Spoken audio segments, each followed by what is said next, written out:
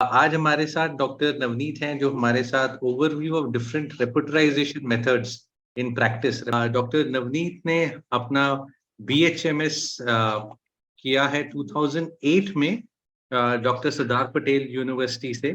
उसके बाद उन्होंने अपना MD किया है रेपर्टरी में Maharashtra university health of science Nashik से, और इन्होंने अपना PhD करा है श्री गुरु गोविंद सिंह गोधरा से।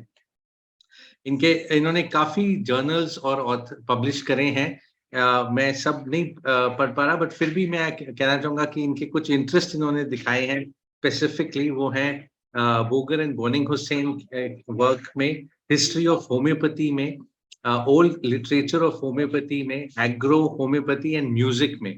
एंड ये असिस्टेंट प्रोफेसर भी रह चुके हैं जूनागढ़ के 2 होम्योपैथी कॉलेजेस में। और अभी वो प्रेजेंटली अपना प्रैक्टिस कर रहे हैं अपने ही क्लिनिक में जूनागढ़ में। First of all, thank you very much for inviting me on this platform. I have PH, and namaskar to all senior doctors as well as all learner and my fellow practitioner as well as all students. So जब मुझे invite किया गया कि आप कोई भी topic पे बोलो, तो आई वॉज टेलिंग कि I will try to keep it very simple and देखते कि रेपर्टराइजेशन के बारे में काफ़ी क्वेरीज मुझे स्टूडेंट लोगों से आती है। मैं हालांकि रेपर्टरी फील्ड से हूं, तो उसी के बारे में बात करेंगे। तो आज ना हम बात करेंगे कि डिफरेंट रेपर्टरी मेथड्स है जो हम वैसे तो हर एक स्टूडेंट पढ़ता है अपने फाइनल ईयर BHMS में, कि कैंट का मेथड हो गया, बोगर का है, बोनिंगहाउसेन का है।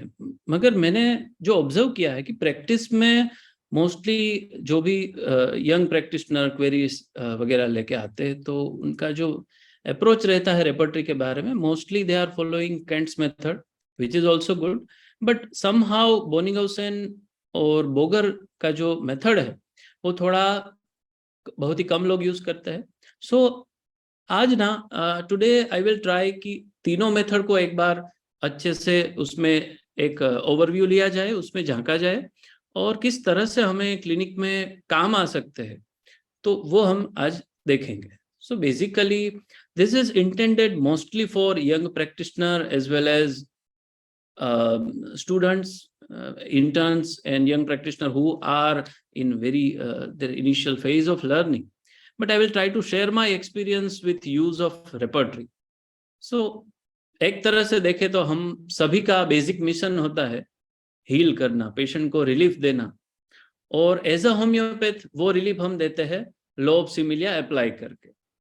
मगर वो जो लॉ ऑफ सिमिलिया है वो इंडिविजुअलाइजेशन के साथ अप्लाई होता है, या तो हमें इंडिविजुअलाइजेशन के साथ अप्लाई करना होता है।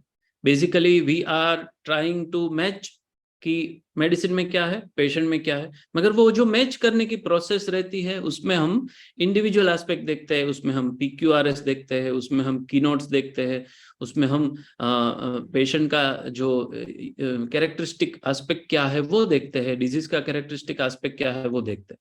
तो ये एक बेसिक फंडामेंटल स्टैंड है जिसपे सभी होम्योपैथ लोग काम करते हैं, चाहे कोई भी मेथड फॉलो कर रहा हो, चाहे किसी तरह से प्रैक्टिस कर रहे हो।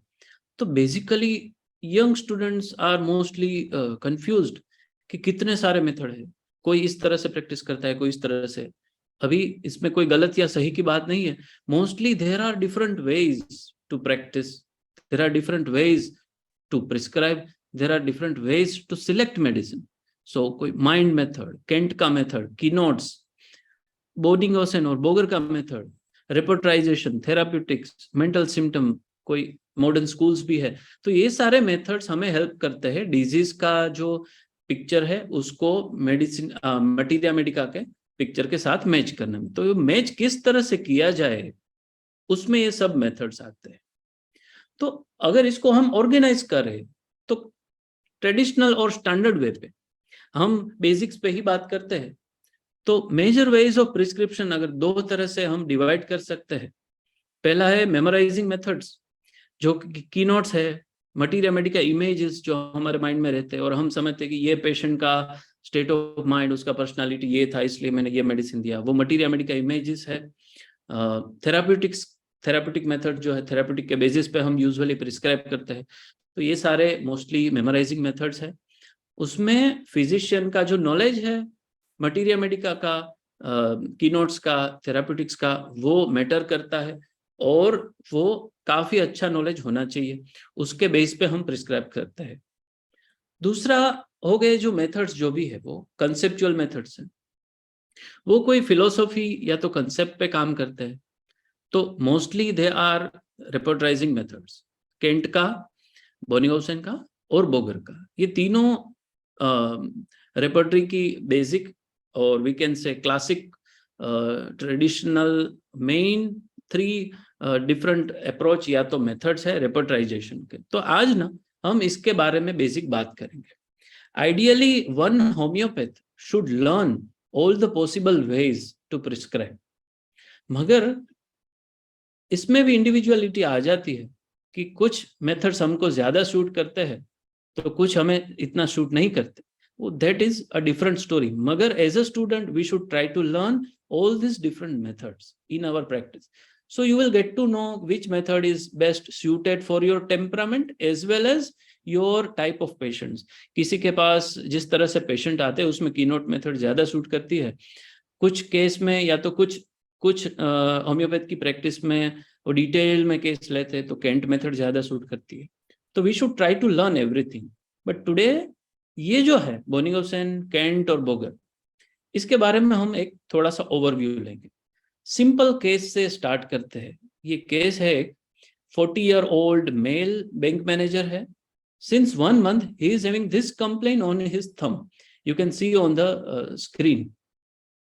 so मेथड्स में डिटेल में जाने से पहले एक सादा केस देख ले।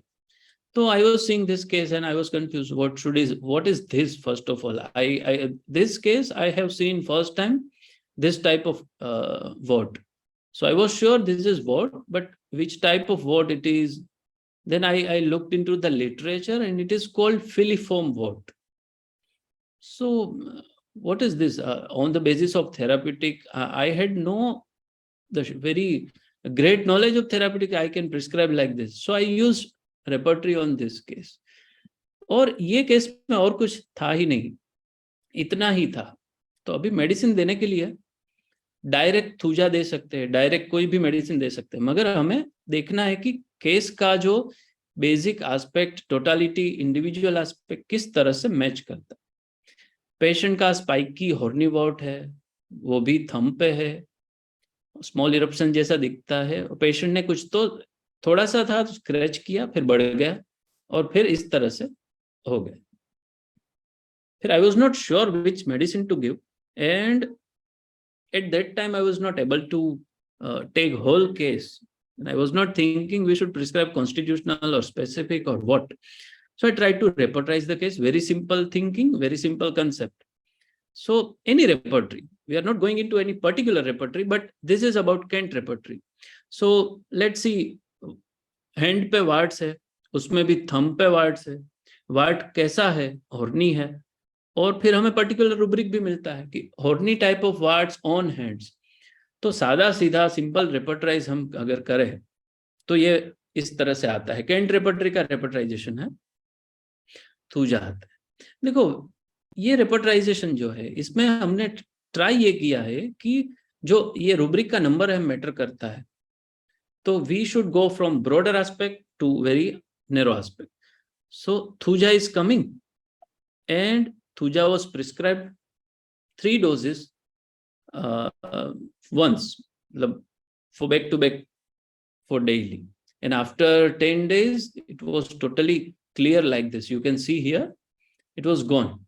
So this is very simple case, very simple repertorization, nothing fancy, no very fanciful analysis added. Now this is a very regular or simple use of repertory which anyone can do, even other repertory, दूसरी repertory में से भी किया होता तो इस तरह से solution मिल जाता। मगर हम कुछ केस इस तरह से देखेंगे जिसमें कुछ स्पेसिफिक रेपर्टरी ज्यादा हेल्पफुल है rather than any repertory। ये एक केस है, persistent depressive disorder, जो DSM-4 में जिसको बोला जाता था डिस्थाइमिया, हालांकि वो अभी DSM-5 में उसका ये जो नॉमिनेशन चेंज करके परसिस्टेंट डिप्रेसिव डिसऑर्डर हो गया। तो 55 ईयर ओल्ड मेल, तलाटी मंत्री गुजराती में हम बोलते हैं, और हिंदी में आई थिंक पटवारी जो भी बोलते हैं, जो पोस्ट होती है गांव में पटवारी की, वो जॉब करता है ये पेशेंट। उसकी जो कंप्लेन है, 1 साल से लो मूड रहता है, बोर्डम, मन नहीं लगता, काम करने में दिल नहीं लगता, हेडेक होता रहता है, which is very vague, not typical any very characteristic of any particular diagnosis like migraine और सम पर्टिकुलर अदर। उसके दोनों हाथ में ट्रेम्बलिंग होती है, वो उसका चीफ कंप्लेन था हालांकि। और वो जो ना स्ट्रेस से फिर झगड़ा होता है तो कोई कुछ बोल देता, तो उसकी वजह से वो ट्रेम्बलिंग उसकी बढ़ जाती है, ये मूड चेंजेस है वो भी बढ़ जाते हैं। तो ये सारी चीज़ें लेके पेशेंट हमारे पास आता है। और दूसरे कंप्लेन में थोड़ा सा हेडेक रहता है, जो पवन, वो जो फैन लगता है ड्राफ्ट, उसकी वजह से बढ़ता है। मगर ये जो कंप्लेन है वो थोड़ी इतनी इंटेंस नहीं है। Previous complain is more concern for him. Another is very occasionally is having heaviness in both legs on exertion or sometimes in right upper limb। तो ये उसकी कंप्लेन है। ये फिजिकल जनरल्स भी लिए है, थर्स्ट है, प्रोफ्यूज स्वेट है, patient is towards hot side but not totally very hot, thalassemia minor है पेशेंट को। और लाइफ हिस्ट्री में अगर देखें तो he easily get upsets when some senior, his boss, reproaches him over work। ये क्यों नहीं किया, ऐसा नहीं करना चाहिए था, ऐसा करना चाहिए था वगैरह। he gets angry but not able to express it। he also gets hurts। फिर उसके बाद मूड लो हो जाता है, बोर्डम हो जाता है, काम में मन नहीं लगता, थोड़ा सा डिप्रेसिव स्टेट आ जाता है। उसका जो सन है बेटा, उसके साथ रिलेशंस ठीक ठाक नहीं है, उसकी वजह से भी काफी डिस्टर्ब रहता है। सन अल्कोहलिक है और ही डजंट रिस्पेक्ट हिम, और कभी कुछ बोल भी देता है तो ही अगेन गेट्स हर्ट। तो ये सारी चीजें उसको काफी डिस्टर्ब करती है। तो इतना डेटा हमें मिल रहा है, इसको कैसे आगे बढ़े? वेरी सिंपल केस, हमें जो भी केस में है पूरा ठीक ठाक हमें मेंटल हिस्ट्री मिल रहा है, तो उसके बेसिस पे हम आगे जाने की कोशिश करेंगे। ये केस वेरी सिंपल है, जो इंडिकेट करता है कि आप केंट्स मेथड से अप्लाई कर सकते हो। देखो, मेरा मानना यह है कि अगर आपका मटीरिया का नॉलेज काफ़ी अच्छा है और केस लेने के बाद आपको आपके मटीरिया के नॉलेज से सीधा मेडिसिन दिख जाता है, तो कोई ये जो एनालिसिस, रेपर्टरी अप्रोच का ज़रूरत नहीं पड़ता।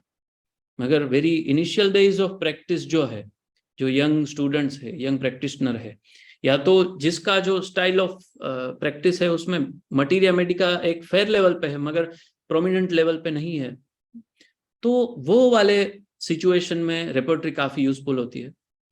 तो हमें फिर ये देखना चाहिए कि इस तरह के केस में अगर मटीरिया मेडिका हम डायरेक्टली कोई मेडिसिन दिमाग में नहीं आ रही है तो रेपर्टरी का यूज करेंगे, तो इस वाले केस में कौन सी रेपर्टरी ज्यादा सूटेबल होंगी वो हमें पहले सोचना चाहिए। हालांकि ऐसा देखा है मैंने कि most of are using Kent's method in majority of cases, work भी करता है, मगर बोनिगोसेन और बोगर थोड़ा सा इग्नोर हो जाते हैं। मगर पहले ये देखते ये केस सिंपल है, मेंटल डेटा हमारे पास अच्छा वाला है, फिजिकल जनरल्स भी है और थोड़े पर्टिकुलर्स भी है, तो देखते हैं केंट से कैसे हम इसको सोल्व कर पाते हैं। जो भी हिस्ट्री मिलते हैं उसमें से हमें रूब्रिक में कन्वर्ट करना है, तो हम ये देख पाते हैं कि रिप्रोच एग्रावेशन, पेशेंट को कोई कुछ बोलता है तो उसको हर्ट होता है, उसकी कंप्लेंट्स भी बढ़ जाते हैं, तो ये एक मोडालिटी मिल रहा है, वो भी मेंटल मोडालिटी है जो मेंटल लेवल पे और फिजिकल लेवल पे दोनों पे असर करती है। दूसरा, उसका सप्रेस्ड एंगर भी है। और साथ में ये वेरी इंटरेस्टिंग है, जब मेंटल और फिजिकल दोनों एक साथ एक्सप्रेस हो रहे हो तो वो जो कॉम्बिनेशन है वो काफी इंपॉर्टेंट हो जाते हैं कोई भी केस में। जैसे इस पेशेंट में इमोशनल डिस्टर्बेंस होता है तो ट्रेम्बलिंग होता है, वेग लेवल पे इतना इंपॉर्टेंट नहीं है, मगर when we are very sure कि उसको, देखो स्ट्रेस का इफेक्ट तो हर एक को आता है, मगर वो जो इफेक्ट जब वेरी यूनिक वे में आता है कि हर बार स्ट्रेस आता है तो हर बार उसको ट्रेम्बलिंग ही होता है, तो very that is very characteristic, trembling from stress और इजीली ऑफेंडेड, ये उभर के आ रहे हैं हमारी टोटालिटी में। और फिर फिजिकल जनरल्स ये रेपर्टराइजेशन में हमने डाल दिए, केंट से रेपर्टराइज किया है, मॉडर्न रेपर्टरी से पहले बेसिक रेपर्टरी पे ही हम बात करेंगे। तो कैंट रेपर्टराइज करते हैं तो इस तरह का पिक्चर आता है। हालांकि ये एक लिमिटेशन भी है कैंट रेपर्टरी का, मगर फिर भी इस तरह के सिचुएशन में हमें किस तरह से आगे बढ़ना चाहिए। देखो, आप देखोगे तो हमने पहले लिया है mental symptoms, anger suppressed aggravation, reproach aggravation, easily offended and anger from trembling, और फिर फिजिकल जनरल्स है, और लास्ट में एक पर्टिकुलर। इस तरह से आ रहा है, किस तरह से सोल्व करना चाहिए। आई वॉज कंफ्यूज कि नक्सवोमिका दे, सेपिया, स्टेफिसेग्रिया, कैल्केरिया, और केस लेने के बाद तुरंत दिमाग में नेट्रम म्यूर भी आता है, मगर जब रेपर्टरी पे देखते हैं तो hard data suggest us towards this medicine. इसको सोल्व कैसे किया जाए? कैंट सजेस्ट ये करते हैं कि अगर इस तरह की सिचुएशन होती है तो आपको पहले इंपॉर्टेंस देना चाहिए मेंटल जनरल्स को, उसके बाद फिजिकल जनरल्स को। तो ऐसी मेडिसिन ढूंढनी चाहिए जो मेंटल में पहले कवर करती हो और फिजिकल को बाद में। तो अगर ये देखें, rather than giving nux vomica, we should focus on giving this medicine staphysagria, because it is more covering mental generals. अगर फिजिकल एक दो नहीं भी होते तो भी चलेगा। तो ये कैंट सिस्टम का प्रायोरिटी है, पहले मेंटल जनरल्स को इंपॉर्टेंस देना है, उसके बाद फिजिकल जनरल्स को।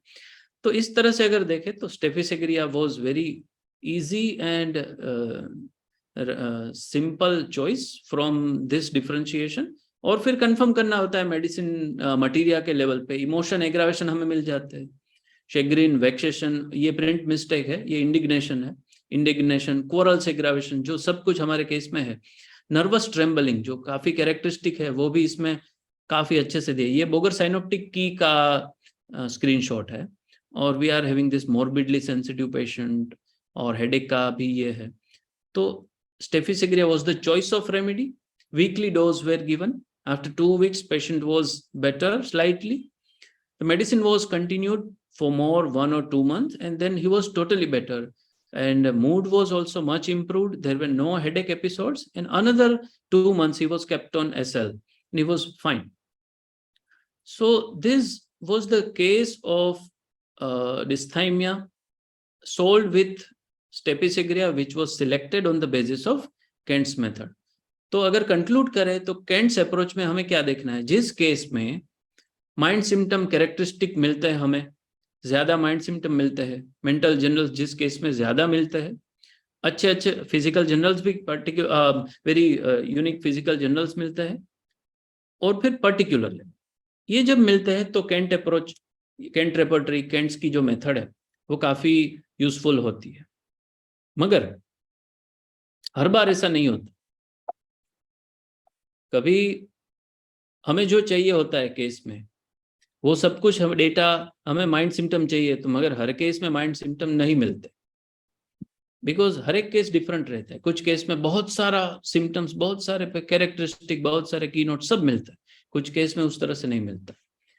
तो एक आध केस हम इस तरह से देखते हैं कि जब केस में कुछ डेटा हमें लिमिटेड वे में मिलता है, या तो हम डिजायर करते हैं कि हमें माइंड का डेटा ज्यादा मिले मगर नहीं मिलता, वो वाले केस में हम किस तरह से आगे बढ़ सकते हैं। तो एक ये रूमेटोइड आर्थराइटिस का केस देखते हैं। 34-year-old female, farming community, economically middle class है, 1 साल से कंप्लेन है, 3-4 महीनों से बढ़ गई है, मल्टीपल जॉइंट में स्वेलिंग है, typical very usual rheumatoid arthritis complain. Multiple joints में पेन होता है, काफी पेन होता है, knees, finger joints, wrist, lumbar back, और एंकल्स में भी पेन है, थोड़ा सा पिडल एडिमा भी है। बाकी इतना ज्यादा स्वेलिंग नहीं है, मगर पेन बहुत ज्यादा है। ये जो लोकेशन है वो भी शिफ्ट करता है, which is also very common of rheumatoid arthritis. Pain इतना सीवियर है कि ये पेशेंट ने उसकी जो ननंद है उसको घर पे बुलाया है काम में हेल्प करने के लिए। She is not able to do her regular household routine. So इतना सीवियरिटी है। शाम को बढ़ जाता है। जब मैंने पूछा कब बढ़ता है, एग्जैक्टली 7 PM के आसपास बढ़ता है। और बाकी के कंप्लेन में she is also taking pain killers thrice a day, almost half tablet 3 बार लेती है, तब जाके कुछ काम काज कर पाते हैं। RA पॉजिटिव है। और बाकी जो कंप्लेन है वो बताया, जैसे हम पूरा हिस्ट्री लेते हैं, we should try to take full history in every case, but full history लेने के बाद जो मिलता है उस पर हमें आगे काम करना है, किस तरह किस केस में क्या करना है वो। तो 1 साल से ल्यूकोरिया का कंप्लेन है, which is watery and offensive also, stains but delible, occasional very irregular headache होता है। और ये फिजिकल जनरल्स है, उसमें इतना कुछ सिग्निफिकेंट नहीं मिला। Appetite poor, desire not marked, aversion not marked, thirst थोड़ा सा डाउन साइड पे है, menses almost regular features, dreams इतना सिग्निफिकेंट नहीं है, पर्सपिरेशन स्केंटी है, थर्मली स्लाइटली टुवर्ड्स चिली, और उसका जो ऑब्स्टेटिक हिस्ट्री है उसका 1 फुल टर्म डिलीवरी हुआ है, और उसमें पूरे 9 के 9 महीने she was suffering from vomiting, और 2 times she had abortion in first trimester. ये उसका ऑब्स्टेटिक हिस्ट्री है। लाइफ स्पेस में जब उसके नेचर के बारे में, जब उस माइंड सिम्टम के बारे में जब हम पूछते हैं तो ज्यादा कुछ तो मिला नहीं वो केस में। ये मिला कि शी इज इरिटेबल, और she likes company but not we are not having a 360-degree view what are the different characteristic mental symptom of this case, but in general she is irritable in nature। इतना ही मिला है। अभी ये case में हम कैसे आगे बढ़ेंगे, इस तरह के केस में अगर उसको इस तरह से हम डिवाइड करें तो हमें एक ओवरव्यू मिलता है कि जॉइंट पेन का कंप्लेन है और इसका ये मोडालिटी मिल रहा है और ये कंकमिटेंट साथ में। अगर ब्रॉडली हम देखें तो जो भी कंप्लेन एक साथ चालू हुए हैं वो एक साथ सिम्टम लेवल पे और कंप्लेन लेवल पे, दोनों के लेवल पे उसको हम एसोसिएटेड कंप्लेन और कंकमिटेंट समझ सकते हैं बोनिगोसेन व्यू के साथ जब काम कर रहे होते हैं, not just at a particular level.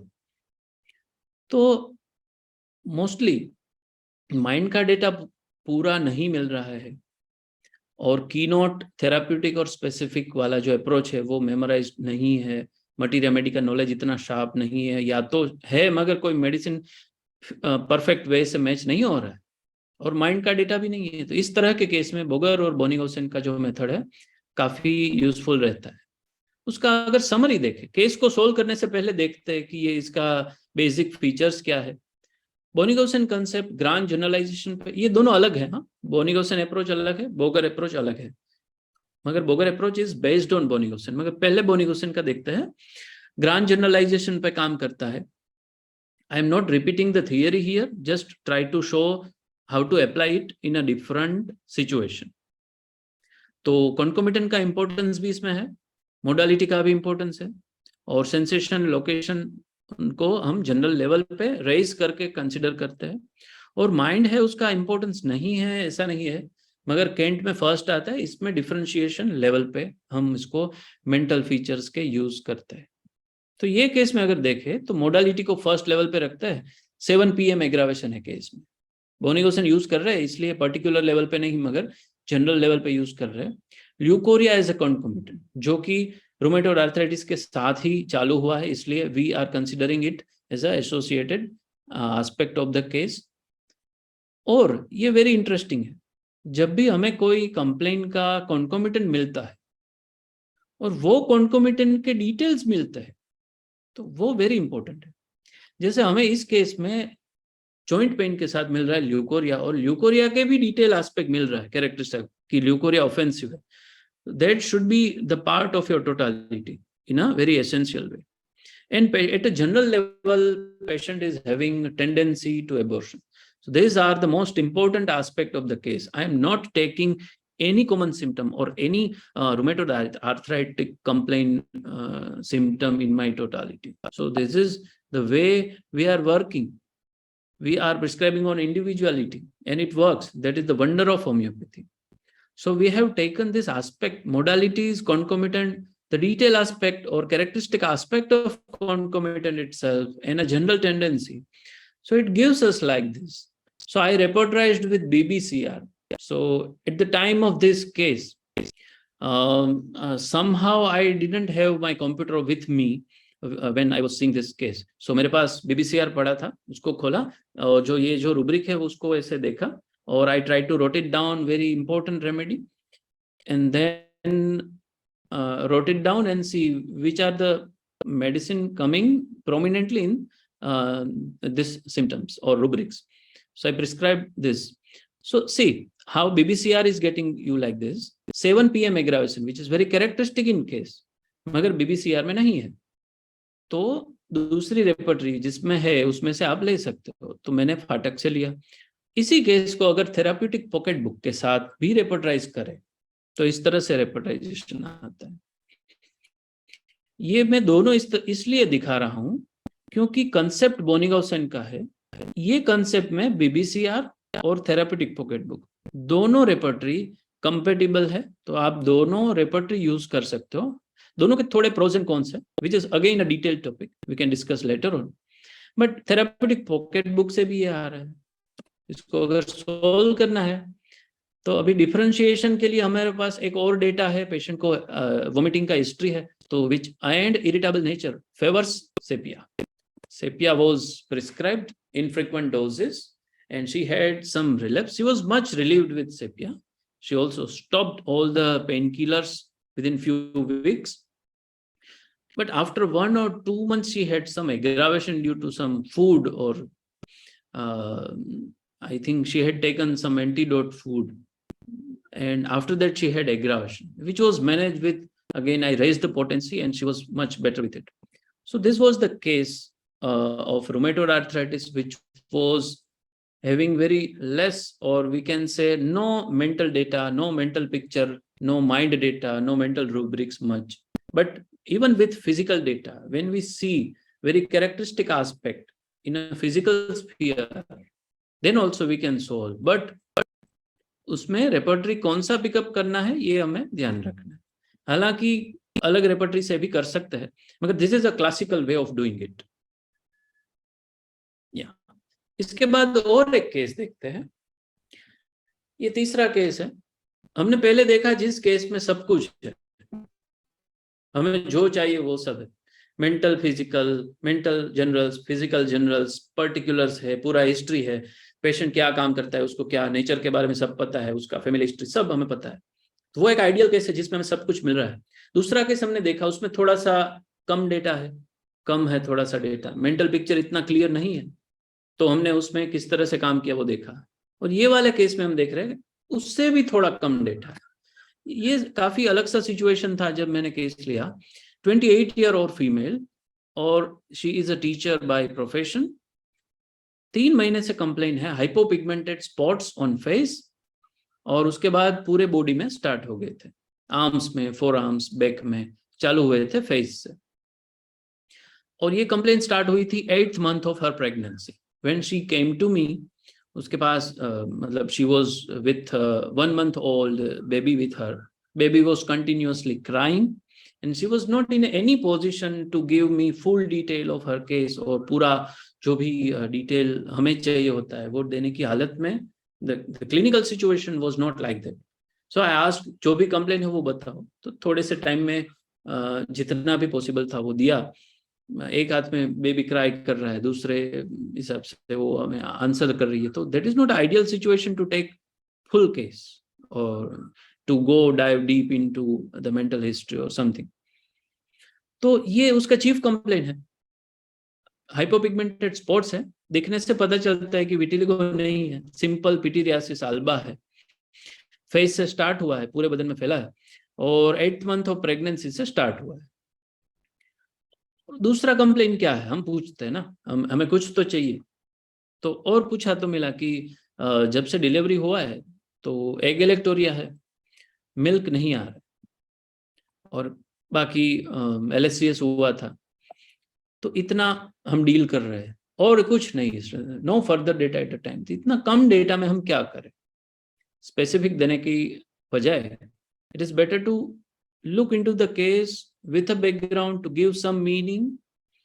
देखो क्या है, ये जो कंप्लेन है वो प्रेगनेंसी के दौरान स्टार्ट हुआ है, और उसका दूसरा कंप्लेन है इसलिए प्रेगनेंसी एग्रावेशन, दूसरा कंप्लेन है मिल्क एब्सेंट, और तीसरा है डायरेक्शन डाउन। ये बोगर का व्यू है चीज को देखने का। He looks at the things from a broader perspective as well as process. Disease, he looks at the disease as a phenomenon. What is happening, how it is happening। तो जो disease का pattern है वो important है, सिर्फ pathology important नहीं है बोगर में। हालांकि ऐसा इंप्रेशन है बोगर मतलब पैथोलॉजी, ऐसा नहीं है। पैथोलॉजी का पैटर्न क्या है, पैथोलॉजी किस तरह से जा रहा है, वो इंपॉर्टेंट है। सो ऐसा नहीं है कि पैथोलॉजी है तो ही बोगर अप्लाई कर सकते हैं, या तो पैथोलॉजिकल केस में सिर्फ पैथोलॉजी ही देखना है, नहीं, पैथोलॉजी किस तरह से बिहेव करती है, किस पैटर्न में पैथोलॉजी एक्सप्रेस हो रही है, वो हमें देखना है।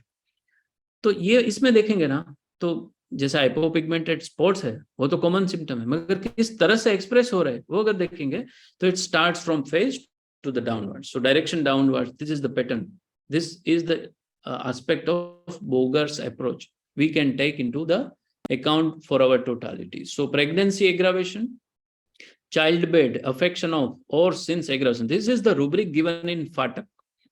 FATAC repertory is compatible with Boger's method. So if you are into Boger's approach, Boger's concept, Boger's method of repertorization, so it is advisable to use either Boger's synoptic key or BBCR or FATAC repertory. It is very compatible with that approach. तो ये सिर्फ modality नहीं है, देखो बोगर के हिसाब से time phase का इंपॉर्टेंस है, किस टाइम में कंप्लेन एक्सप्रेस हो रही है, जैसे प्यूबर्टी में हो रही है, कि प्रेगनेंसी के दौरान हो रही है, मेनोपॉज में हो रही है, किस टाइम पे हो रही है, वो इंपॉर्टेंस है। और दूसरा, ये सिर्फ सिम्टम नहीं है, क्योंकि पेशेंट की जो दोनों चीफ कंप्लेन है वो इसके साथ जुड़ी हुई है, तो ये एक पूरा स्टेट है, हो गया। और मिल्क एब्सेंट और स्कैंटी, इसको हम कॉन्कोमिटेंट भी ले सकते हैं। दूसरा, नेगेटिव फिजिकल जनरल भी ले सकते हैं। नेगेटिव फिजिकल जनरल क्या है, जो चीजें कॉमनली प्रेजेंट होनी चाहिए वो जब नहीं होती तो उसको नेगेटिव जनरल बोलते हैं, तो ये भी इस केस में है। और डायरेक्शन डाउनवर्ड, केस का जो कंप्लेन है उसका डायरेक्शन डाउनवर्ड है, इसलिए हमने ये लिया। अगर बोगर साइनोप्टिक की से रेपर्टराइज करें तो हमें मिलता है पल्सटिला, ब्रायनी और कैल्केरिया। जनरल एनालिसिस, बोगर का जो कार्ड रेपर्टरी था वो अभी सॉफ्टवेयर में अवेलेबल है, उससे अगर रेपर्टराइज करें तो भी आता है पल्सटिला, CPR सल्फर, मगर Pulsatilla is most favoured in most favoured condition. तो पेशेंट का जो स्टेट है अभी लैक्टेशन में है, उसका वाइट हाइपोपिगमेंटेड पैचेस है, मिल्क का इश्यूज है, तो वो सब ध्यान में रखते हुए पल्सटिला का 1 डोज दिया।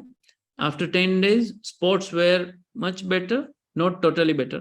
Lactation was slightly improved, which she was not expecting, but she was happy with that.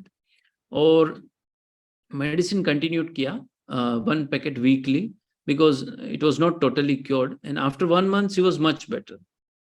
And then in that situation, patient was totally okay, complaints were gone, milk was nicely recovered, and there were no spots much after almost 1 month. But still I tried to look into the case and define the whole case, पूरा history लिया उसको, मगर उसके बाद कुछ medicine देने का जरूरत नहीं पड़ा। So this was it.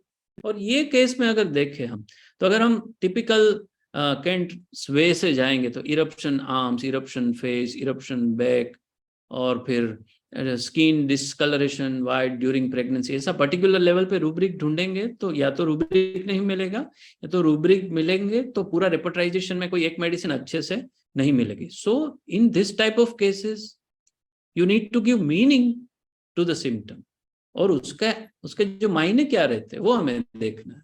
तो what it means, pregnancy aggravation सिर्फ मोडालिटी नहीं है, इस केस में स्टेट भी है।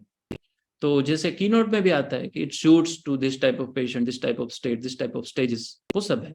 बोगर के बारे में थोड़ा और जाने, क्योंकि ये इतना लेस एक्सप्लोर्ड है, तो थोड़ा सा एक ओवरव्यू बता देता हूँ। केस हमारे कंप्लीट हो गए हैं। टाइम डायमेंशन, पैथोलॉजिकल जर्नल और टिश्यू एफिनिटी, इसको इंपॉर्टेंस देना, ये थोड़ा डिटेल टॉपिक है, मगर सिर्फ ओवरव्यू हम देखते हैं। बोगर ने इसको दूसरों से ज्यादा एक्सप्लोर किया है, तो ये जब हमें हमारे केस में अच्छे से मिल रहा हो तब बोगर का कंसेप्ट यूज करना ज्यादा अच्छा रहता है। और he also gives important to time dimension, सिर्फ किस तरह से आता है, कोज इफेक्ट, कॉन्कोमिटेंट भी एक टाइम डायमेंशन का ही एक्सप्रेशन है, टाइम मोडालिटी भी है। और जीनियस, जीनियस मतलब क्या, केस का जो कोर होता है, केस का जो मोस्ट इंपॉर्टेंट एस्पेक्ट होता है उसको जीनियस बोलते हैं। जो पूरा केस का डिजीज का जो फेनोमिना, जो प्रोसेस है उसको डिफाइन करता है, उसको जीनियस बोलते हैं। जैसे we can say burning in arsenic, तो वो कोर रहता है, वो कीनोट भी रहता है, मगर जीनियस सिर्फ एक सिंगल कीनोट सिम्टम नहीं है, वो it is a whole understanding, और we can get through different keynote और different characteristic symptom.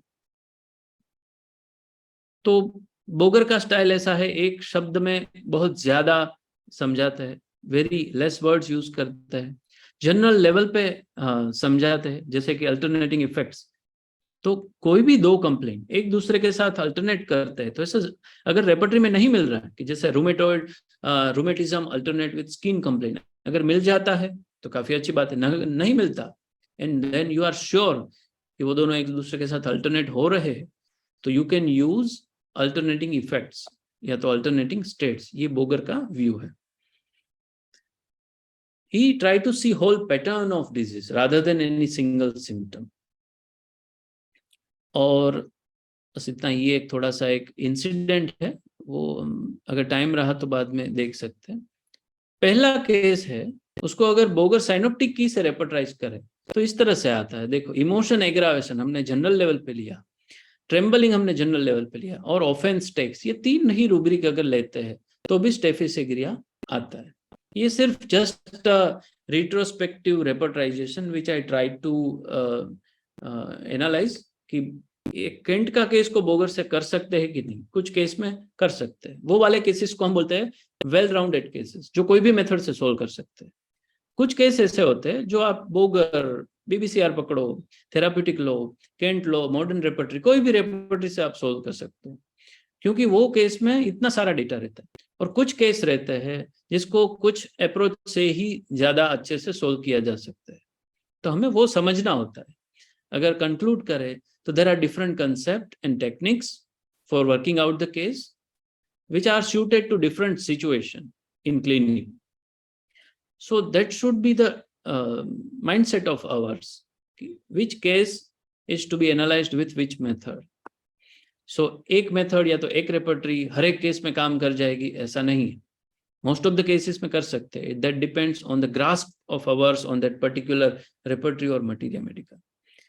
We must grasp basic concept and technique and use them according to the case, not according to our way. So ऐसा नहीं है कि मैं इस पे practice करता हूँ, इस पे, ऐसा नहीं हो। हमें कौन सी रेपर्टरी यूज करनी है, किस तरह से प्रिस्क्राइब करना है, माइंड पे करना है या फिजिकल पे करना है, पैथोलॉजी पे करना है या कीनोट पे करना है, that is to be decided by the case, not ours. Because किस केस में कौन सा एस्पेक्ट कितना इंपॉर्टेंट है, उसके हिसाब से हमें आगे जाना चाहिए। So ultimate our goal of cure should be achieved with the prescription only, and अगर ये इस तरह से हम आगे जाएंगे तो it is very good way that we are not prejudiced in our own way, we are not fixed with one method. So this is what I wanted to convey, and many thanks to all of you for listening me and giving me chance to present my view. And you can connect with me on this my Insta ID if you have any queries or suggestions. और okay, good evening sir. Sir जैसा कि आपने रेपर्टराइजेशन के बारे में बताया कि आप बोगर, बोनिंग, हुसन, केंट ये सब यूज करते हैं, बट मैं सर सिंथेसिस यूज करती हूँ, तो क्या वो सही है? मैं तो अपने हिसाब से जो भी सिम्टम्स लेती हूँ उसे टोटलिटी के अकॉर्डिंग सिंथेसिस रेपर्टरी यूज करती हूँ, और उसके अकॉर्डिंग ही मैं मेडिसिन देती हूँ। मैं केंट या बोगर ये इस तरह से तो यूज नहीं करती, मैं सिंथेसिस यूज करती हूँ। मैं ये आपसे पूछना चाह रही हूँ कि वो सही है या नहीं? हाँ जी, बहुत ही अच्छा सवाल है। सही या गलत का प्रश्न नहीं है, क्योंकि अगर सिंथेसिस यूज करते हो तो वो काफी बढ़िया रेपर्टरी है, मॉडर्न रेपर्टरी है। उसके फायदे ये है कि वो मॉडर्न रेपर्टरी है, तो उसमें जो केंट रेपर्टरी का जो डेटा है उससे ज्यादा रूब्रिक्स और उसमें उससे ज्यादा रेमेडीज उसमें है। तो आप जो यूज कर रहे हो वो चालू रखे, वो काफी अच्छी बात है और करे। मगर उसमें मिस क्या हो जाता है कि ये जो व्यू है केस को देखने का, वो हर बार केंट का व्यू नहीं होता। जैसे सिंथेसिस रेपर्टरी को देखे तो synthesis repertory is based on Kant's repertory. तो जब आप केंट की तरह अगर काम करना चाहते हो तो सिंथेसिस रेपर्टरी काफी बढ़िया से यूज कर सकते हैं। मगर हमने जो केस देखा उस तरह से अगर हम एनालाइज कर रहे हैं हमारे केस को, तो ये रेपर्टरी भी काफी अच्छी काम करती है। तो ऐसा नहीं है कि सिंथेसिस रेपर्टरी यूज नहीं करनी चाहिए, वो काफी अच्छी रेपर्टरी। देखो रेपर्टरी का मेरा तो ऐसा मानना है कि हमें जो रेपर्टरी के साथ कन्वीनियंसी और कंफर्ट और स्किल हमें ज्यादा अच्छी लगे, जिसमें रूब्रिक ढूंढने में आसानी हो पाए, और जो रेपर्टरी से हमें अच्छे से रूब्रिक ढूंढ सके, परफेक्टली हम रूब्रिक मैच कर सके, वो रेपर्टरी हम यूज कर सकते। तो अच्छी बुरी का तो सवाल ही नहीं है, हमें ये देखना है कि हमारा केस है जो उसका जो टोटालिटी है वो रेपर्टरी की फिलोसॉफी के साथ मैच हो रहा है कि नहीं। ठीक है, जैसे डायरेक्शन डाउनवर्ड्स, ये जो लास्ट केस में मैंने लिया जनरल लेवल पे, तो वो अगर इस तरह से मैंने जनरलाइज किया है, तो वो हमें उस रेपर्टरी में देखना चाहिए जो रेपर्टरी उस तरह से जनरलाइज करके दे रही है। तो हमारा केस में थिंकिंग और रेपर्टरी बिल्ड करने का थिंकिंग मैच होना चाहिए, समझे। जैसे हम केस में मेंटल सिम्टम ले रहे और वैसे ही मेंटल सिम्टम रेपर्टरी में से हम ढूंढ रहे, तो रेपर्टरी किस तरह से बिल्ड की है उस तरह से हमने हमारे केस में काम किया है, तो वो रेपर्टरी अच्छे से काम करेगी। तो हम बोगर की तरह सोचते हैं मगर केंट की रेपर्टरी यूज करते हैं तो वो काम नहीं आएगा। सिंथेसिस रेपर्टरी आप मोस्ट ऑफ द केस में यूज कर सकते हो, मगर when you are applying Boger's approach you should look into the most compatible repertory rather than larger one.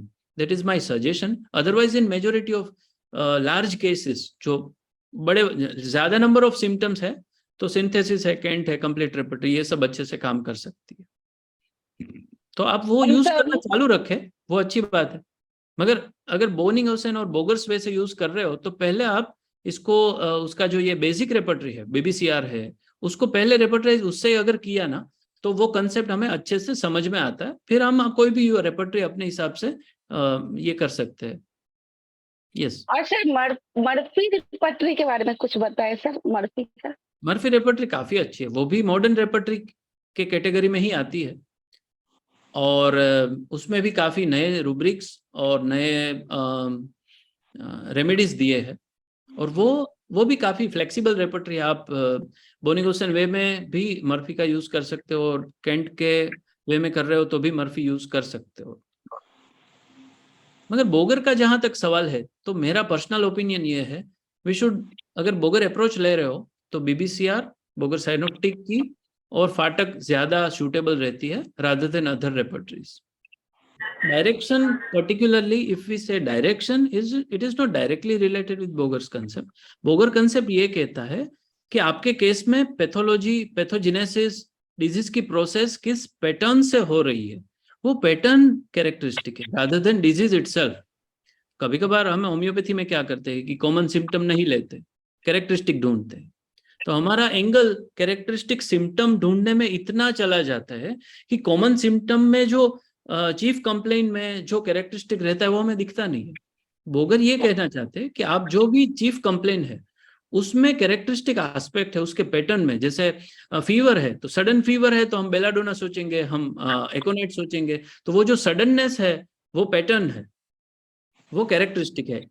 तो इस वैसे इस केस में अगर देखें तो पिटीरियासिस अल्बा, उसमें हाइपोपिगमेंटेड व्हाइट स्पॉट हो जाना वो कॉमन है, मगर वो पहले अपर बॉडी में हुआ फिर डाउन में हुए, तो ये जो अबाउट टू डाउनवर्ड्स डायरेक्शन है वो इट कैन बी कैरेक्टरिस्टिक। इस तरह से बोगर ये कहना चाहते हैं कि आप पैटर्न जो रहे, किस तरह से डिजीज एक्सप्रेस होता है, फास्ट होता है या स्लो होता है, पूरी तरह होता है या स्टेप बाय इंटरमिटेंटली होता है, कौन सी डायरेक्शन में होता है, तो वो देखो, वो पैटर्न है, वो बोगर का कंसेप्ट है।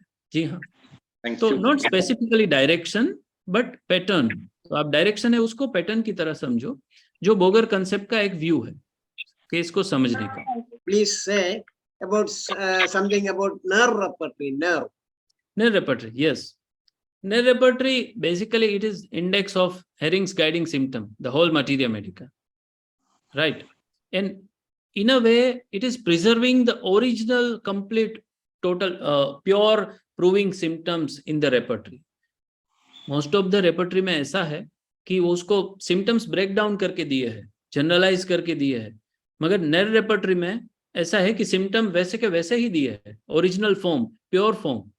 तो if we want to refer pure symptom, पूरा सिम्टम जिस तरह से प्रूविंग में दिया है, उस तरह से हमें अगर चाहिए है तो नेर Good. रेपर्टरी हमें रिफर करना चाहिए। Good, और good. ध्यान, ये उसका पॉजिटिव एस्पेक्ट है।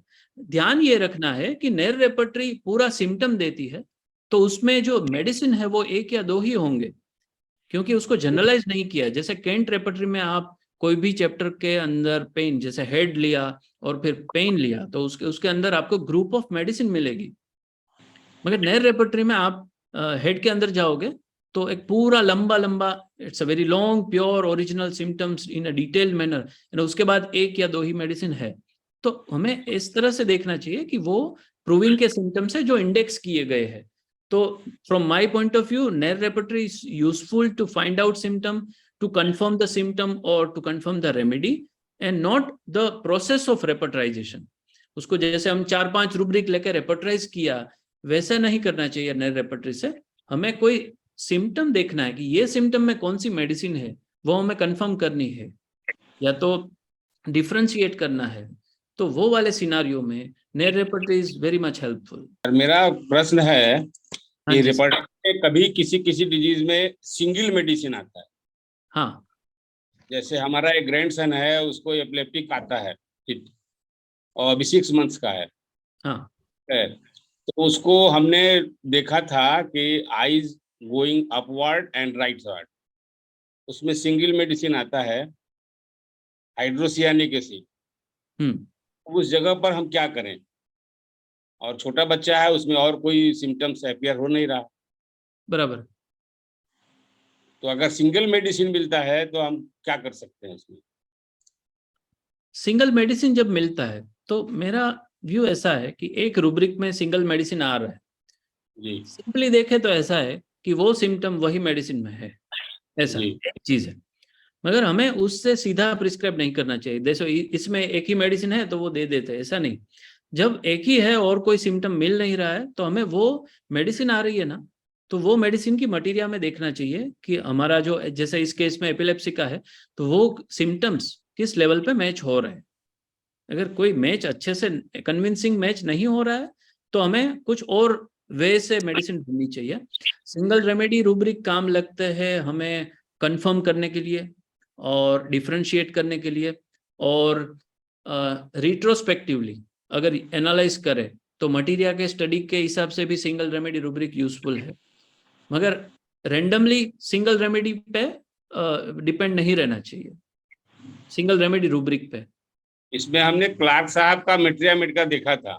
हाँ, तो उसमें उन्होंने एक केस का रेफरेंस दिया है, हाँ, में ये सिम्टम था।